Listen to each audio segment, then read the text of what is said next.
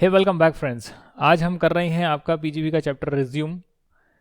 कितना करवा चुका मैं आपको एक बार देख लेता हूँ। 10,000 से ज़्यादा की पेमेंट अलाउ नहीं होगी, ये मैं आपको करा चुका हूँ। उसके बाद बात करेंगे टीडीएस की। हाँ जी, मेरे साथ जो है ध्यान से पढ़िएगा। पहले आपको कुछ कॉन्सेप्ट समझाते हैं। देखिए, जब भी कभी कोई पेमेंट होती है, उस केस में एक होता है पेयर और एक होता है पेई।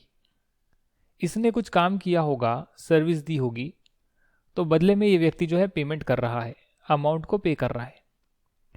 पेमेंट के टाइम इस व्यक्ति को कुछ अमाउंट काट लेना होता है।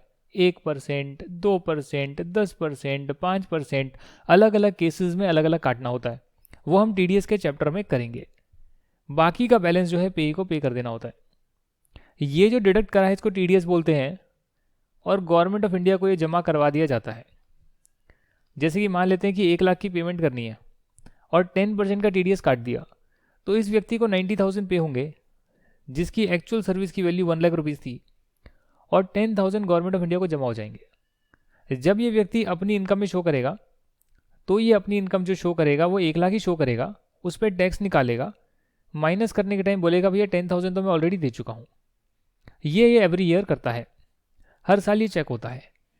जो हमारा पेयर है उसने क्योंकि 90,000 की ही पेमेंट करी, बट एक्चुअली में एक्सपेंस तो उसका 1 लाख था ना, कि 90,000 इसको दिया, 10,000 इसी का पैसा था, वो गवर्नमेंट को दे दिया।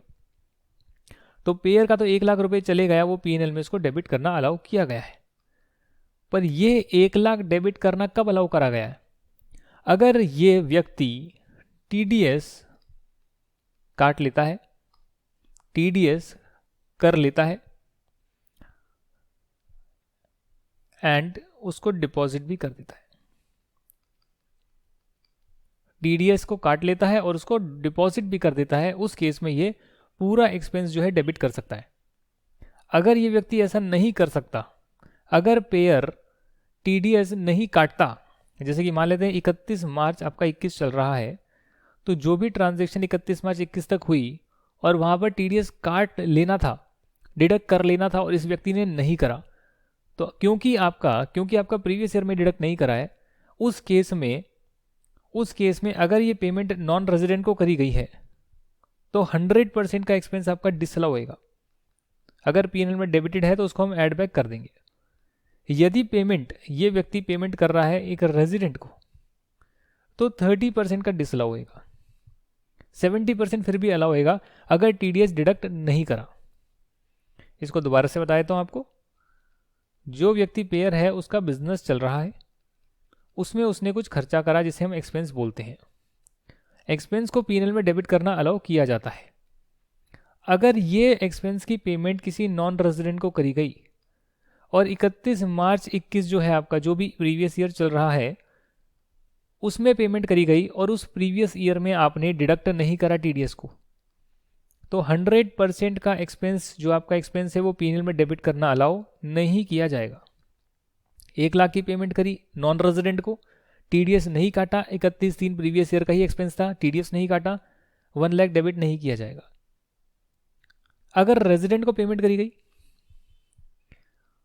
और 31 मार्च 21 तक की पेमेंट थी, या प्रीवियस ईयर जो भी है उस साल की पेमेंट है, आपको टीडीएस काटना था, उस प्रीवियस ईयर में आपने नहीं काटा, तो 30% का एक्सपेंस डिसअलाउ होएगा। यानी कि अगर 1 लाख डेबिट कर दिया है और इस पे टीडीएस कटना था और नहीं काटा 31 मार्च ऑफ द प्रीवियस ईयर, तो 30% यानी कि 30,000 जो है डिसअलाउ हो जाएगा। इसको ऐड बैक कर देंगे पीएनएल में, पीजीबीपी इनकम निकालते time.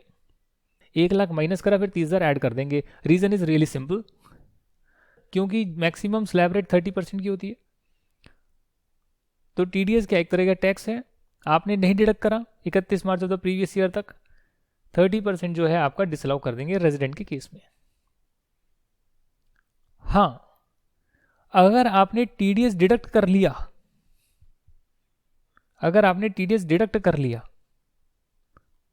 31 March of the previous year तक टीडीएस को डिडक्ट कर लिया, 31 मार्च ऑफ द प्रीवियस ईयर का ही खर्चा था, तो आप पेमेंट जरूरी नहीं टाइम पर करें। पेमेंट आप due date of filing ITR तक कर सकते हैं, यानी 31 October of the assessment year जो भी आ रहा है तब तक टीडीएस की पेमेंट अगर कर देंगे तो भी एक्सपेंस अलाउ कर दिया जाएगा। अगर डिडक्ट नहीं करा तो नहीं अलाउ होएगा। एनआर के केस में 100%, रेजिडेंट के केस में 30%। अगर डिडक्ट कर लिया, पेमेंट नहीं करी, तो पेमेंट आप फिर भी कर सकते हैं 31 October of the assessment year तक। पेमेंट भी नहीं करी, डिडक्ट करा और पेमेंट नहीं करी, डिसअलाउ हो जाएगा। जितना मैंने बताया उतना डिसअलाउ हो जाएगा। डिडक्ट करा और पेमेंट भी कर दी, अलाउ होएगा। सर मैंने डिडक्ट करा 1 अप्रैल ऑफ द असेसमेंट ईयर, यानी 1 अप्रैल 21 को मैंने डिडक्ट करा, जो मेरा एक्सपेंस 31 मार्च 21 तक के ईयर में था, उस पर डिडक्शन मैंने कब किया? अगले साल मैंने टीडीएस डिडक्ट करा, तो भैया इस साल वो डिसअलाउ ही होगा। अगले साल अलाउ हो जाएगा, इस साल डिसअलाउ होगा। क्यों? क्योंकि 31 मार्च 21 तक का खर्चा था, 2021 ईयर का खर्चा था, एक्सपेंस था, टीडीएस उस पर काटना था, आपने नहीं काटा तो डिसअलाउ होगा 100% या 30% डिपेंडिंग ऑन द केस। बाद में काटा कोई बात नहीं, नेक्स्ट ईयर काटा कोई बात नहीं, नेक्स्ट ईयर में जो है हम अलाउ कर देंगे।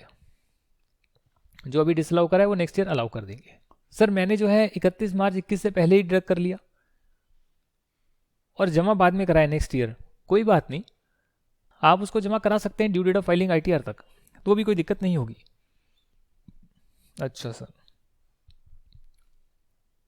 अच्छा अगर मान लेते हैं कि मैंने 31 मार्च 21 तक का कोई खर्चा था ईयर 2021 का, मैंने उसको इस प्रीवियस ईयर में डिडक्ट करा और जमा ही नहीं कराया, 31 अक्टूबर 21 तक जमा ही नहीं कराया, due date of filing ITR तक जमा ही नहीं कराया, तो भी इस ईयर में 2021 ईयर में पूरा एक्सपेंस अगर नॉन रेजिडेंट को पेमेंट कर रहे हैं और 30% ऑफ एक्सपेंस अगर रेजिडेंट को पेमेंट करी जा रही है, वो डिसअलाउ होगा करंट ईयर में।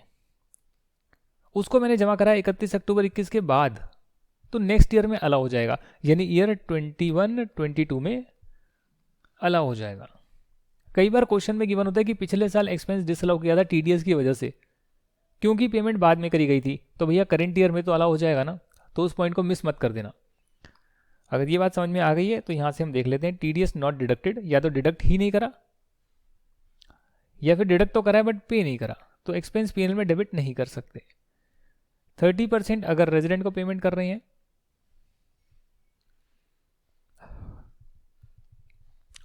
100% अगर नॉन रेजिडेंट को कर रहे हैं। सेक्शन का नंबर कौन सा है? Section 40 clause A sub clause आई। अगर आप एक्सपेंस पे कर रहे हैं एक नॉन रेजिडेंट को और टीडीएस उस पर एप्लीकेबल है, पर आपने उसको डिडक्ट ही नहीं करा, जब डिडक्ट होना था एक्सपेंस जिस ईयर का था तब आपको डिडक्ट करना था, आपने डिडक्ट ही नहीं करा, या डिडक्ट तो कर लिया पर due date of filing ITR तक पे नहीं करा, तो 100% का एक्सपेंस अलाउ नहीं होगा। नेक्स्ट ईयर में करोगे तो नेक्स्ट ईयर में अलाउ होगा। Section 40 clause A sub clause आई ए, ये आप रेजिडेंट को कुछ पेमेंट कर रहे हैं, टीडीएस उस पर एप्लीकेबल है, बट आप जो है उसे काटते नहीं है, टीडीएस को काटते नहीं है, ये डिडक्ट कर लेते हैं but due date of filing ITR तक पे नहीं करते। और ड्यू डेट क्या है मैं आपको दोबारा बता देता हूँ, 31 October of the assessment year है, जिनको ऑडिट कराना जरूरी है। जिनको टैक्स ऑडिट जरूरी नहीं है उनके लिए 31 जुलाई ही है ऑफ द असेसमेंट ईयर। कितना डिसअलाउ होगा? 30% डिसअलाउ होगा, 70% स्टिल अलाउड होगा। ये जो 30% है, अगर नेक्स्ट ईयर आपने पेमेंट कर दी है, due date of filing ITR के बाद पेमेंट कर दी है, ये टीडीएस ही नेक्स्ट ईयर में काटा था, तो नेक्स्ट ईयर में ये 30% का जो बैलेंस है वो भी अलाउ हो जाएगा। उदाहरण के तौर पे एग्जांपल आ रहा है, ABC limited paid 1 lakh to mister A, जो एक चार्टर्ड अकाउंटेंट है, for professional services rendered in previous year 2021। Fees जो पे करी गई है वो 5 दिसंबर 20 को पे करी गई है, और इस पर टीडीएस जो आपने काटा है वो 7 जुलाई 21 को काटा है, और टीडीएस को जो डिपॉजिट करा है वो 5 अक्टूबर 21 को करा है। तो अगर पेमेंट करी गई है 5 दिसंबर 20, यानी कि 2021 ईयर का एक्सपेंस है और 2021 में ही फीस पे करी है, तो टीडीएस भी जो है 31 मार्च 21 तक काट लेना चाहिए था, वो आपने नहीं काटा, तो इस केस में 30% का आपको डिसअलाउंस झेलना पड़ेगा। नेक्स्ट ईयर अलाउ कर दिया जाएगा। कैसे किया जाएगा मैं आपको बताता हूँ। पेमेंट कितनी करी गई है? 50 लाख करी गई है, नहीं, पीजीपी इनकम है आपकी 50 लाख, और फीस पे जो करी गई है वो है आपकी 1 लाख। तो 1 लाख का 30% डिसअलाउ होगा, 30% को ऐड कर दिया तो ये आ गया 50 लाख 30,000। पीजीबीपी इनकम जो आपकी यहाँ निकाली गई थी 50 लाख की, वो 50 लाख की इनकम सारे एक्सपेंस माइनस करके निकाली गई थी। उसमें से कुछ एक्सपेंस ऐसा था जिस पे टीडीएस नहीं काटा आपने टाइम पे, नेक्स्ट ईयर में काटा, तो इसीलिए आप उसका 30% ऐड कर देंगे क्योंकि पेमेंट रेजिडेंट को करी गई है। नेक्स्ट ईयर में 20 लाख की इनकम यहाँ दे रखी है, उसमें आप माइनस कर देंगे 30% जो पिछली बार डिसअलाउ कर दिया था, क्योंकि आपने नेक्स्ट ईयर में डिडक्ट करा और उसकी पेमेंट हो चुकी है, तो आप उसको जो है यहाँ पर अलाउ कर देंगे और नेक्स्ट ईयर की यहाँ पर पीजीबी इनकम आएगी। कुछ हम बात करेंगे अदर डिसअलाउंसेस के बारे में, ठीक है ना। क्या बात करेंगे? डिसअलाउंसेस के बारे में, यानी कि क्या क्या चीज़ें पीएनएल में डेबिट करना अलाउ नहीं है। अगर आपको पीजीबी इनकम निकाल कर दी है, नेट प्रॉफिट गिवन है और उसमें आपने ये चीज़ें डेबिट करी हुई है, माइनस करी हुई है, तो इन्हें ऐड बैक करना पड़ेगा सही पीएनएल निकालने के लिए। ये सेक्शंस आपको याद करने की जरूरत नहीं है। 40 क्लॉज ए चल रहे हैं और इसमें 2A B ऐसे कर चल रहा है 3 4 5। जैसे कि इनकम टैक्स अगर आपने पे करा है तो वो आप पीएनएल में डेबिट नहीं कर सकते हैं, उसको खर्चा बुक नहीं कर सकते। सिमिलरली वेल्थ टैक्स का खर्चा बुक नहीं कर सकते हैं। फीस, चार्ज और अदर नेम से भी इसको बुलाया जाता है, paid by state government undertaking to state government. इसका मतलब क्या हो गया सर? ये समझ नहीं आया कॉन्सेप्ट हमें। फीस या चार्ज पे कर रही है स्टेट गवर्नमेंट की अंडरटेकिंग अपनी स्टेट गवर्नमेंट को ही। इसका कॉन्सेप्ट मैं आपको बताता हूँ। स्टेट गवर्नमेंट जो है फंड्स लेती है स्टेट गवर्नमेंट अंडरटेकिंग से by way of royalty, license fee, service fees etcetera, which is levied exclusively on state government undertaking and not allowed to be debited in P&L of the state government undertaking. Otherwise, the state government will withdraw all the funds from its undertaking and show loss, due to which central government will lose its tax revenue. मतलब ये कि जो income tax है, income tax जो है वो central government लगाती है, स्टेट गवर्नमेंट के पास इनकम टैक्स का रेवेन्यू नहीं आता। अगर स्टेट गवर्नमेंट की कोई अंडरटेकिंग है तो उसका भी अगर प्रॉफिट आ रहा है तो उसे भी तो इनकम टैक्स देना होगा। पर स्टेट गवर्नमेंट कहती है अपनी अंडरटेकिंग को कि भाई हम कुछ आप पर फीस लगा रहे हैं, रॉयल्टी लगा रहे हैं, कुछ एक नाम दे दिया और वो आप पैसा हमें देंगे। अगर ये पैसा सारा का सारा स्टेट गवर्नमेंट को चले गया तो इसकी इनकम जीरो हो जाएगी और इसका कोई टैक्स नहीं बनेगा। तो ये जो फीस लगा रही है स्टेट गवर्नमेंट अपनी ही अंडरटेकिंग पे एक्सपेंस बढ़ाने के लिए, वो डेबिट करना अलाउ नहीं किया गया है। आगे बात करेंगे 40 clause A3, salary payable outside India और टू अ नॉन रेजिडेंट। मतलब आप पे कर रहे हैं सैलरी इंडिया के बाहर या फिर नॉन रेजिडेंट को पे कर रहे हैं और टीडीएस नहीं काटा तो 100% जो है पीएनएल में डेबिट करना अलाउ नहीं किया जाएगा। यानी कि अगर आप रेजिडेंट को भी पेमेंट कर रहे हैं इंडिया के बाहर, रेजिडेंट को पेमेंट करने पर अभी तक हमने पढ़ा है 30% डिसअलाउ है अगर टीडीएस नहीं काटा है तो, टीडीएस पे नहीं करा है तो। अब यहाँ पर बोल रहे हैं कि अगर सैलरी पे कर रहे हैं इंडिया के बाहर, भले रेजिडेंट को करें या नॉन रेजिडेंट को कोई भी पेमेंट करें आप, उस केस में 100% डिसअलाउ होएगा क्योंकि ये सैलरी है। कंट्रीब्यूशन जो है एम्प्लॉयर का पीएफ में जा रहा है, अदर फंड्स में जा रहा है, ग्रेट्युटी, सुपर एनुएशन, बहुत सारे फंड होते हैं। When amount withdrawn by employ, तब जो है एम्प्लॉयर को कम से कम ये इंश्योर करना है कि उसने एक नेसेसरी अरेंजमेंट करे हुए हैं कि जब ये विड्रॉ करी जाए इन फंड से अमाउंट, तब आप उस पर टीडीएस काटें, क्योंकि तब जो है इनकम निकलती है। जब आप विड्रॉ करते हैं तब इनकम निकलती है। अगर अरेंजमेंट्स नहीं करे हैं तो फिर एक्सपेंस डेबिट आप नहीं कर सकते। कौन नहीं कर सकता? एम्प्लॉयर नहीं कर सकता। एम्प्लॉयर के लिए वो खर्चा है ना, जो वो एम्प्लॉय का सैलरी पोर्शन कुछ एम्प्लॉय को दे रहा है, कुछ फंड में डाल रहा है एम्प्लॉय के बिहाफ पर, तो वो एम्प्लॉयर का खर्चा है। अगर एम्प्लॉयर ने अरेंजमेंट नहीं करे कि उस पर टीडीएस कट लिया जाए जब एम्प्लॉय उसको विड्रॉ करे, तो एम्प्लॉयर पीएनएल में एक्सपेंस डेबिट नहीं कर सकता। अरेंजमेंट्स करे हुए हैं तो डेबिट कर सकता है। परक्यूसेट्स की बात करते हैं। कुछ नॉन मॉनेटरी बेनिफिट्स हैं जिन्हें हम परक्यूसेट्स बोलते हैं, एम्प्लॉय को दिए जाते हैं, तो वो एम्प्लॉय की सैलरी इनकम होती है, उस पर टैक्स भी देना होता है। अगर एम्प्लॉयर उस पर टैक्स देता है ऑन सच परक्यूसेट वैल्यू, तो ये टैक्स का जो पोर्शन है ये पीएनएल में डेबिट एम्प्लॉयर नहीं कर सकता है, क्योंकि एम्प्लॉय का टैक्स है। एम्प्लॉय का इनकम टैक्स अगर एम्प्लॉयर नहीं दे दिया तो वो भी जो है पीएनएल में डेबिट नहीं किया जाएगा। फॉर एम्प्लॉय एम्प्लॉय के लिए वो परक्यूसेट इनकम है, उस पर टैक्स निकलेगा, बट टैक्स तो एम्प्लॉयर दे चुका, तो इसलिए एम्प्लॉय के लिए भी टैक्सेबल नहीं होगा। समझे क्या हुआ है? यह है एम्प्लॉयर, यह है एम्प्लॉय। ये अपने एम्प्लॉय को सैलरी देता है जिसमें बहुत सारे कॉम्पोनेंट होते हैं, basic salary, allowances, perquisites, gratuity, PF etcetera. अब इसमें से कुछ ऐसी चीज़ें हैं जो कि परक्यूसिट्स होती है, नॉन मॉनेटरी बेनिफिट होता है। एम्प्लॉय को बोल रहा है लो भैया नॉन मॉनेटरी बेनिफिट ले लो, यानी कैश में नहीं देंगे, कुछ आपको फैसिलिटी प्रोवाइड कर रहे हैं, कार दे रहे हैं या फिर आपको हम अकोमोडेशन दे रहे हैं, गेस्ट हाउस में रह लो, पैसा नहीं दे रहे, पर जो आपको मिल रहा है, बेनिफिट मिल रहा है, वो आपकी सैलरी मानी जाएगी और उसकी वैल्यू निकाल कर हम टैक्सेबल करेंगे। तो एम्प्लॉय कहेगा भैया मुझे फैसिलिटी नहीं चाहिए, मेरी इनकम बढ़ जाएगी, मुझे टैक्स देना पड़ेगा। तो एम्प्लॉयर कहते हैं भैया मैं ही टैक्स दे देता हूँ, तू टेंशन ना ले, तू इंजॉय कर। तो एम्प्लॉय के लिए वो टैक्सेबल नहीं होगा और एम्प्लॉयर जो है उस खर्चे को पीएनएल में डेबिट कर सकता है जो इसका लग रहा है, पर उस पर जो टैक्स दिया है ना परक्यूसिट पे, वो टैक्स तो एक तरह से इनकम टैक्स हो गया, एम्प्लॉय का हो गया, भले ही आपने दे दिया, वो पीएनएल में डेबिट नहीं कर सकते। अच्छा, मोहरे सैया लगा दे मोहरे भैया, पहले भी गा चुका हूं ना गाना। सम अदर डिडक्शंस, कुछ और अतिरिक्त deduction, section number 36 sub section 1।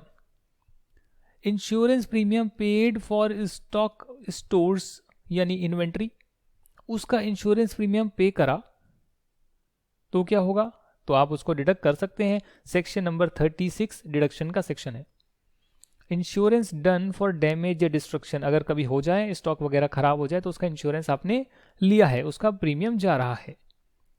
Employ की हेल्थ के लिए भी आप प्रीमियम पे करते हैं, उसे भी पीएनएल में डेबिट कर सकते हैं अगर आप उसको कैश में पेमेंट नहीं करते हैं, अदर देन कैश में पेमेंट करते हैं तो। हाँ जी, मतलब 2000 का भी है खर्चा पर एम्प्लॉय तो भी कैश में पेमेंट नहीं होनी चाहिए, कैश के अलावा पेमेंट है तो आप पीएनएल में डेबिट कर सकते हैं। अगर एम्प्लॉय की लाइफ का इंश्योरेंस ले रहे हैं तो वो उसका पर्सनल हो गया है, life insurance is personal, health insurance is company के लिए, भैया कुछ हो गया इसको तो भैया मैंने हेल्थ इंश्योरेंस लिया हुआ है।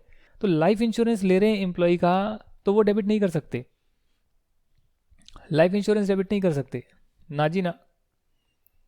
तो क्या कर सकते हैं, हेल्थ इंश्योरेंस डेबिट कर सकते हैं। बट आपके जो खास लोग हैं, अगर आपके जो कुछ खास लोग हैं जिन्हें की मैन बोलते हैं, जो टॉप लेवल पोजीशन पर होते हैं, जो ऑर्गेनाइजेशन के लिए की लोग होते हैं, जिनके जाने से ऑर्गेनाइजेशन को भारी नुकसान हो सकता है, वो वाले जो लोग हैं उनकी इंश्योरेंस पॉलिसी आप फिर भी ले सकते हैं, उसे डेबिट करना अलाउ किया गया है।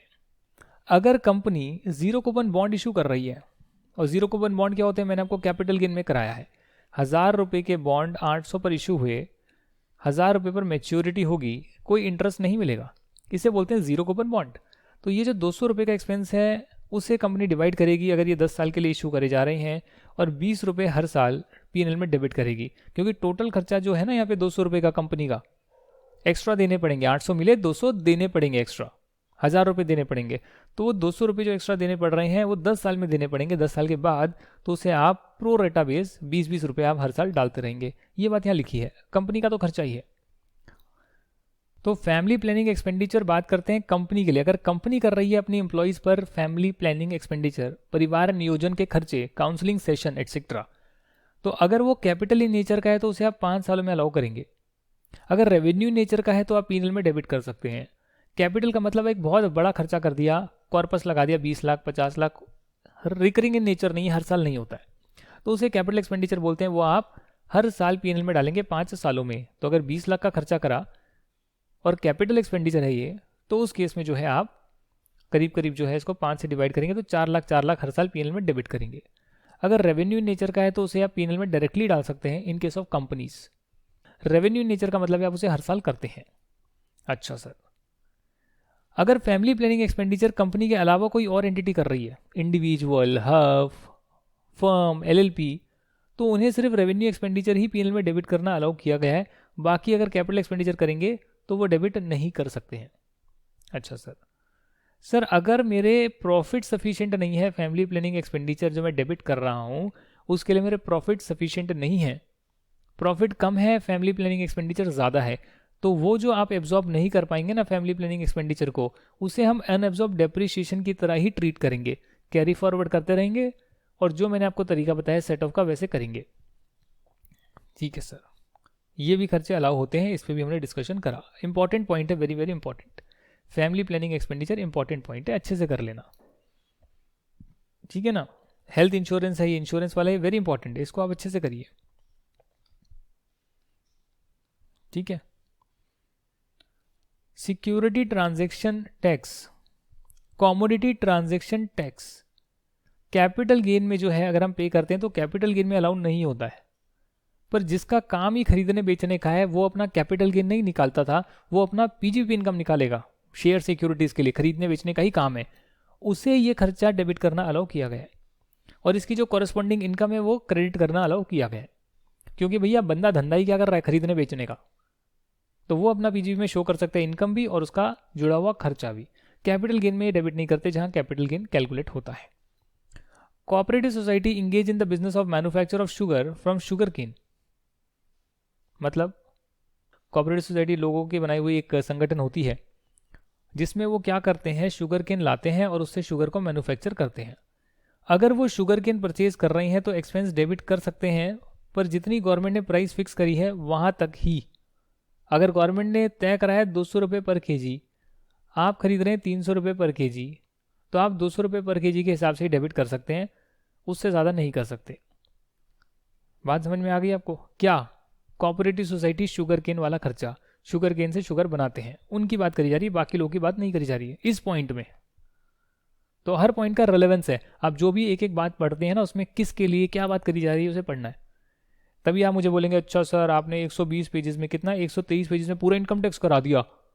हम तो देखते हैं 500 पेजेस की बुक्स होती है, तो मैंने उसको ब्रीफ इसलिए कराया ताकि आप एक एक वर्ड का मीनिंग ध्यान से समझकर याद करें और बुक के सारे क्वेश्चन आंसर्स प्रैक्टिस करें, तब आपका जो है एग्जामिनेशन की तैयारी होगी। उसके बाद भी पास्ट ईयर आरटीपी ट्राई करें, तब एग्जामिनेशन आएगी।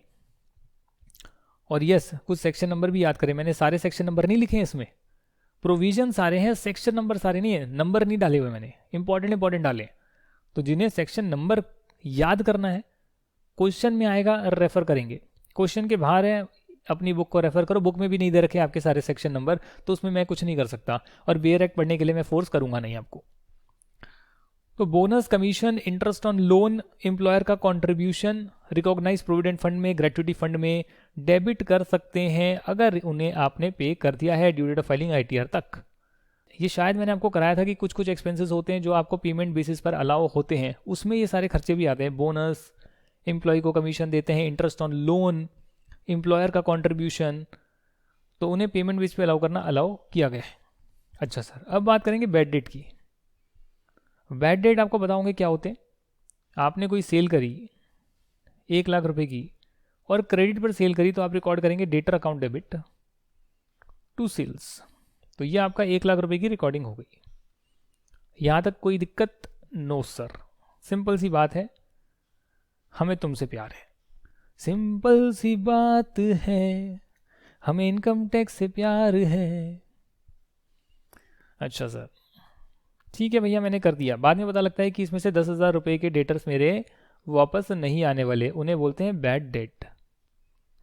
तो एक होता है कि एक्चुअली में तय हो गया, परमानेंट हो गया कि ये पैसे वापस नहीं आएंगे, उसे बैड डेट बोलते हैं। जब तक वो तय नहीं हुआ है तब तक हम सिर्फ प्रोविजन क्रिएट करते हैं, प्रोविजन फॉर बैड डेट, जहाँ पे परसेंटेज ऑफ चांसेस ज़्यादा है कि ये पैसे वापस नहीं आएंगे, इसमें से 10%, उसका प्रोविजन क्रिएट कर दिया है। अगर सिर्फ प्रोविजन क्रिएट करा है तो उसे आप डेबिट नहीं करेंगे, पर जब एक्चुअली में बैड डेट हो ही जाएंगे तो उसे आप डेफिनेटली जो है पीएनएल में डेबिट करेंगे। जैसे यहाँ पर एग्जांपल 10,000 का लिया है, उसमें से 2,000 बैड हो गए, तो ये 2,000 पीएनएल में डेबिट कर सकते हैं। पर अगर सिर्फ प्रोविजन बनाए तो प्रोविजन को ऐड बैक कर देंगे, प्रोविजन डेबिट करना अलाउ नहीं किया गया, वरना तो कितना भी कर लेंगे। Condition for debiting bad debts, actual bad debts not the provision. अगर एक्चुअल बैड डेट को डेबिट करना है उसकी भी कुछ कंडीशंस है, जिसमें कंडीशन नंबर 1 है कि आपने इसे बिजनेस इनकम निकालने के टाइम पहले कंसिडर किया हो, business for which deduction is claimed should be continued, और वो बिजनेस कंटिन्यू हो रहा हो। 2 इंपॉर्टेंट कंडीशन। यहां आपने 1 लाख रुपए की सेल्स रिकॉर्ड करी, तो सेल्स जब रिकॉर्ड करी होगी तो सेल्स पीएनएल में यहां पर आई होगी, so that means business income निकालने के टाइम आपने पूरा 1 लाख कंसिडर किया। अब 1 लाख रिसीव होना था, रिसीव नहीं हुआ, बैड डेट हो गया, तो 10,000 डेबिट भी कर सकते हो। इस साल नहीं हुआ, अगले साल पता लगा बैड डेट हो गया, तो अगले साल के पीएनएल में भी डेबिट कर सकते हो, क्योंकि पूरा का पूरा 1 लाख जो है, जिसमें से पोर्शन निकल कर आया 10,000 का, वो पूरा 1 लाख जो है हमने इनकम निकालने के लिए लिया था, और उस बिजनेस को हम कंटिन्यू भी कर रहे हैं। अगर ये 2 कंडीशन सेटिस्फाई होती है तो आप डेबिट कर सकते हैं बैड डेट को। अगर बिजनेस को बेच देते हैं, सभी एसेट सभी लाइबिलिटीज, तो नया इंसान भी बैड डेट क्लेम कर सकता है, हालांकि नए इंसान ने उसे इनकम नहीं दिखाया होगा। मान लो कि ईयर 2021 में आप सेल करते हैं और उसमें आप 1 लाख की इनकम दिखाते हैं, सेल्स दिखाते हैं। 21-22 में बिजनेस को आप किसी और व्यक्ति को बेचते हैं, मिस्टर बी को। मिस्टर ए का बिजनेस है, मिस्टर बी को बेचा, और ईयर 22-23 में जो 1 लाख की सेल करी थी उसमें से 10,000 के बैड डेट हो जाते हैं, तो भले ही मिस्टर बी ने उसे रिकॉर्ड ना किया हो इनकम को, फिर भी डेबिट कर सकते हैं क्योंकि उन्होंने बिजनेस खरीदा है। अगर बाद में जो बैड डेट आपने डेबिट करे हैं वो रिकवर हो जाते हैं क्योंकि कोर्ट केस चलता है, बंदे को पकड़वाते हैं और उसे आप पकड़ लेते हैं, उस केस में आप P&L में उसे क्रेडिट भी करेंगे, इनकम को रिकॉर्ड भी करेंगे कि 10,000 आपने डेबिट करे, बाद में पता लगा कि एंड में बंदे ने 3,000 रुपये इसके दे दिए, तो जब देगा तो उसे P&L में क्रेडिट भी करेंगे। क्रेडिट का मतलब ऐड बैक करेंगे नेट प्रॉफिट में, और डेबिट का मतलब माइनस करेंगे, प्रॉफिट को कम करेंगे। ठीक है ना, क्योंकि खर्चा हो गया। अच्छा, एक और इसमें केस स्टडी आई है। ये केस स्टडी है आपकी commissioner of income tax versus PK Kaimal. पहले वाला व्यक्ति जो है वो है प्लेंटिफ, यानी जो केस करता है, दूसरा वाला है डिफेंडेंट जो केस को डिफेंड कर रहा है। इस व्यक्ति ने केस करा कमिश्नर ऑफ इनकम टैक्स ने, और पीके काइमल उसको डिफेंड कर रहा है, बचा रहा है। ये केस कुछ इस प्रकार है, अगर बिजनेस ए ने क्लेम करा है बैड डेट और उसके बाद बिजनेस बेचा बी को और बी ने रिकवर करा बैड डेट, तो उसका कोई टैक्स से ट्रीटमेंट नहीं होगा एज पर हाई कोर्ट। मतलब ये कि अभी आपने जो है, मैंने आपको बताया 1 लाख अगर यहाँ पर आपने इनकम शो करी है अपने P&L में, तो आपने इनकम शो करी है तो आप इसका बैड डेट ले सकते हैं। नया वाला व्यक्ति अगर किसी को बिजनेस बेचा तो वो भी यहाँ पर बैड डेट क्लेम कर सकता है, भले ही आपने इनकम क्यों ना शो करी हो। यदि आपने अगर इनकम शो करी है, उसका बैड डेट क्लेम कर लिया और फिर ये बैड डेट बाद में रिकवर हो गया, तो उसे P&L में इनकम भी शो करना होता है कि इतना रुपया मेरे पास अब रिकवर हो गया, जो मैं पहले P&L से माइनस कर चुका हूँ किसी साल, वो पैसा मुझे रिकवर हो गया, तो P&L में उसे इनकम भी शो करेंगे। और इसमें जो इनकम आप शो कर रहे हैं उसका सेक्शन है section number 41 sub section 4, income का सेक्शन है। ठीक है, बट यदि आपने बैड डेट क्लेम करा और उसके बाद नए व्यक्ति को दे दिया और नए व्यक्ति ने बैड डेट को रिकवर कर लिया, उसका कोई टैक्स ट्रीटमेंट नहीं है, पर ये सिर्फ हाई कोर्ट का जजमेंट है। आप चाहे तो फॉलो करें, चाहे तो ना करें, क्योंकि हाई कोर्ट के हिसाब से है जिसने डिडक्शन क्लेम करी और जिसने बैड डेट को रिकवर किया वो दोनों व्यक्ति सेम होने चाहिए एज पर हाई कोर्ट। बड़ा ही इलॉजिकल सवाल है। जब नए व्यक्ति को डेबिट करना अलाउ किया गया तो नए व्यक्ति को अगर इनकम मिल रही है तो क्रेडिट करना भी अलाउ करना चाहिए। अगर नए व्यक्ति को पैसे मिल रहे हैं तो, पुराने को मिल रहे हैं तो नया वाला क्यों करेगा, वो अलग बात है। कुछ कुछ जगहों पर बैड डेट का प्रोविजन भी अलाउड है, पर ये आपके कोर्स से हटा दिया गया है, पर फिर भी मैं करा रहा हूँ, CMA वालों को होगा, और CA इंटर में भी अगर आप कर लें, मैंने तो किया था अपने टाइम पे, तो आप लोग भी कर लें तो अच्छी बात ही है। क्या है सर ये प्रोविज़न कितना अलाउड है? ये वैसे आपके कोर्स में है नहीं, मैंने देखा नहीं है ये, फिर भी जो है कहीं कहीं पे प्रोविज़न अलाउ होते हैं। बैंकों को प्रोविजन अलाउड है, जैसे कि इंडियन बैंक को 18.5% उसकी ग्रॉस टोटल इनकम का, और जो रूरल ब्रांचेस से एडवांसेस दिए गए हैं उन सभी एडवांसेस पर 10% का प्रोविजन अलाउड है स्ट्रेट अवे, इसमें कोई लिमिट नहीं है, डायरेक्टली इतना ही प्रोविजन बनेगा। जो फॉरेन बैंक है, नॉन बैंकिंग फाइनेंशियल कॉर्पोरेशंस है, public financial institutes and state financial institutions है, वो ग्रॉस टोटल इनकम का 5% अपना provision for bad debt claim कर सकते हैं। कारण सिंपल सा है, बैंकों का बहुत ज़्यादा NPA होता है, नॉन परफॉर्मिंग एसेट्स, समझ रहे हैं, नॉन परफॉर्मिंग एसेट होते हैं, तो बेचारों को जो है एक पर्टिकुलर परसेंटेज P&L में माइनस करना अलाउ कर दिया गया है। आज हमने एक ये वाला पेज करा, दूसरा हमने इतना कर लिया है। तो क्लासेस को ज़्यादा बड़ी नहीं रखेंगे, आधा घंटे की क्लास रखेंगे ताकि आप उस आधे घंटे में मैक्सिमम प्रोविजंस को कवर कर पाएँ। ई बुक को डाउनलोडेड रखें या प्रिंट आउट लेकर रखें, और जो भी मैंने पढ़ा है उसको मार्क करते चलें। नेक्स्ट सेशन से पहले इसको रीड कर लें कि भैया ये चीज़ें बताइए मेरे को समझ में आई या नहीं आई। वीडियो दोबारा देखना है, दोबारा देख लें, कोई नुकसान नहीं है। जब चीज़ें क्लियर हो जाए, पूरा का पूरा टेक्स्ट क्लियर हो जाए, तो यानी आपके प्रोविजंस हो गए हैं। अगर आप चाहें तो इनके section number, extra section number जो है, जो बुक में भी नहीं है, बट अगर आप गूगल करेंगे तो आप देखकर लिख सकते हैं अपना होमवर्क समझ के कि भाई मुझे तो इनके सेक्शन नंबर भी देखने हैं, तो देखकर लिख लीजिए, कोई नुकसान नहीं है। और नहीं लिखना चाहे तो कोई भी दिक्कत तब भी नहीं होगी, ये आपकी पर्सनल चॉइस है। नेक्स्ट वीडियो में बात करेंगे जनरल डिडक्शन, और एक क्वेश्चन कराऊंगा फुल फ्लेज्ड फिर जो है और कुछ बातें करेंगे important, and then your section 35 will start. खतरनाक, ग्रेट। चलिए फिर मिलते हैं नेक्स्ट वीडियो में, तब तक के लिए आपका बहुत बहुत शुक्रिया।